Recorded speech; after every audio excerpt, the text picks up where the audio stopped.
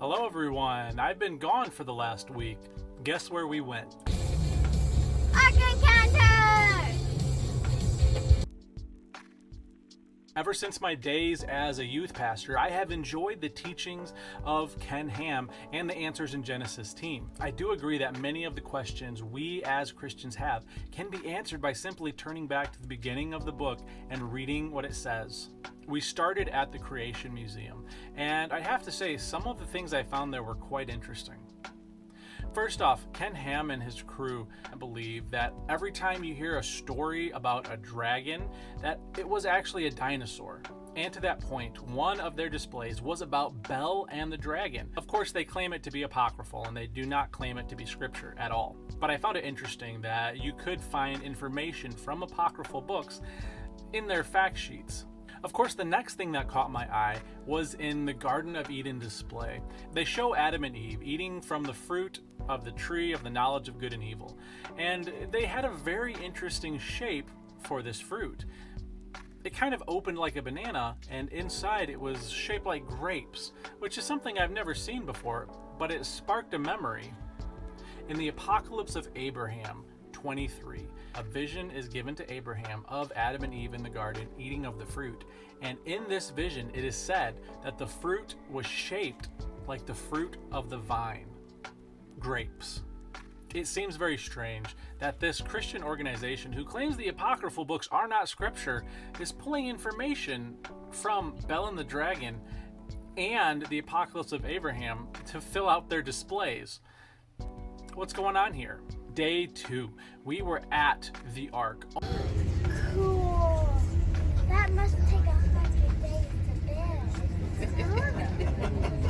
Oh my goodness, this thing is huge. If you've never been to the Ark, I have to recommend going there just for the spectacle of this ginormous building.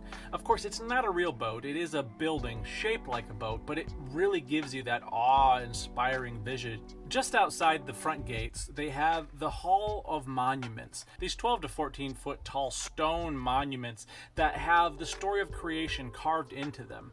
And once again, I noticed the fruits are shaped like grapes. Apparently, there was no change of heart about the Apocalypse of Abraham. It must be scripture in their eyes, right? We found the Ark to be very fun and entertaining. My children loved looking at all the cages and the pretend animals and the lighting and the sounds and the animal cages. They were just wonderful. I noticed that throughout the Ark, Noah's wife and his son's wives all had names. Names that are not found in the book of Genesis. Where did they come up with these names? When we reached the 3rd floor and got into the living quarters, my questions were answered. They have been reading the book of Jubilees, and they gleaned from the book of Jubilees the names of all of these people, and they put them on display. Once again, claiming the book of Jubilees is not scripture, but yet they're using all the information they can get from this book. Altogether, my family greatly enjoyed the Ark Encounter. There was so much to see and so much to do. We were completely tuckered out. And I had my very first official Kentucky Fried Chicken in the Banquet Hall. But it left me wondering, why is Answers in Genesis reading all of these apocryphal books and gleaning all the information they can, but then telling people that they're not scripture? Even though they're using that information in their displays. Are they just embarrassed and they are afraid of alienating the mainstream Christian groups if they were to admit that they believe some of this information in the apocryphal books? I know that I believe that Jubilees and the Apocalypse of Abraham and Bel and the Dragon are scripture, and there are many Christians on this earth who also agree with me. Perhaps it's time for Christianity to be open to testing the books for themselves and not simply relying on what we are told by people who died hundreds of years ago. It's great to be back home. I appreciate you all. Shalom.